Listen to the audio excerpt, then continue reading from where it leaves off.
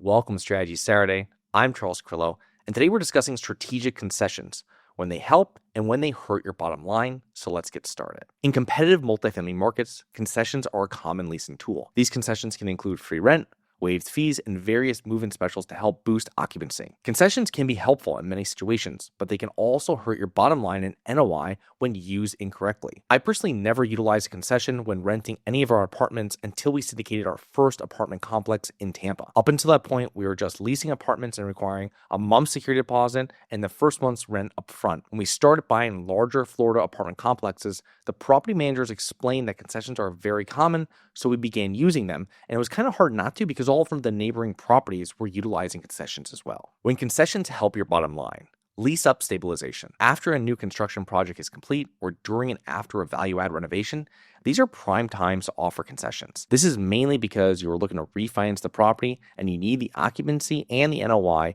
to meet certain targets, and concessions can help. Seasonal slowdowns. During the slow leasing seasons, when it's cold, or during the holiday season, offering concessions to get people in. I might offer concessions in the fall in order to fill units before the winter slowdown. Competitive market pressure. If neighboring properties are offering concessions, it might almost be a requirement, and this can be a slippery slope. But if on renewal, your asking rents are lower than your competitors, the concessions could still be very helpful in the long term. High value, low cost concessions. Offering a free month of storage at a local self-storage complex or a free moving truck can cost the property manager less than $100, and possibly a fraction of that if they cut a deal with the provider beforehand. Other concessions could be waived fees, free special parking, and free internet if your building has an exclusive internet contract. So here's when concessions can hurt your bottom line. Masking overpricing. So if an apartment complex consistently rents apartments on its website for $2,000 a month, then offers a free month and possibly another free month on renewal, it shows that the apartment is only worth $1,800.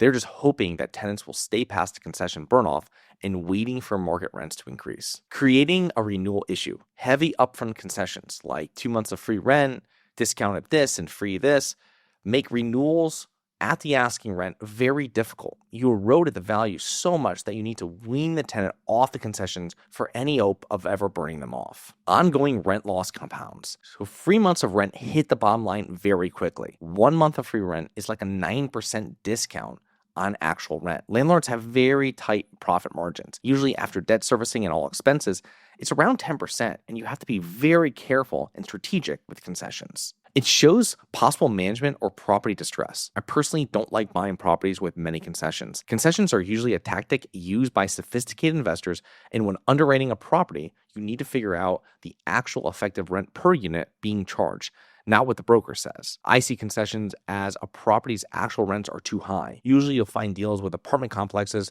with mom and pop sellers that have no concessions and below market rents. How should you use concessions? Track the effective rent versus the asking rent. When evaluating the property's performance, make sure to calculate the actual effective rent received, not your asking rent. This will indicate the true impact of your concessions. Set beginning and end times. Concessions should be temporary. They should not be a permanent policy. Many property managers make it a permanent policy, but it undermines your property's value and makes it very difficult to ever achieve your asking rents. If you need concessions in the long term, your asking rent is too high. Test your concessions. Try out concessions during the slow leasing season, and then again when you're experiencing a dip in vacancy, and see what the response is. Concessions are neither good nor bad, but simply tools that property managers and landlords can utilize to boost the occupancy of their property. The problems with them occur when they are overused, which can severely harm your bottom line. If you'd like to learn how to retain excellent tenants, you can check out episode SS50. That's SS50. I hope you enjoyed. Please remember to rate, review, subscribe, submit comments and potential show topics at globalinvestorspodcast.com. If you're interested in actively investing in real estate, please check out our courses and mentoring programs at syndicationsuperstars.com. That is syndicationsuperstars.com. Look forward to 2 more episodes next week. See you then. Have you always wanted to invest in real estate but didn't have the time, didn't know where to find the deals? couldn't get the funding, and didn't want tenants calling you? Since 2006, I've been buying income-producing properties in great locations that provide us with consistent passive income while we wait for appreciation in the future and take advantage of tax laws while we're waiting. And unlike your financial advisor, we invest alongside our investors in every property we purchase. Check out investwithharborside.com. If you like the idea of investing in real estate, if you like the idea of passive income, partner with us at investwithharborside.com. That's investwithharborside.com.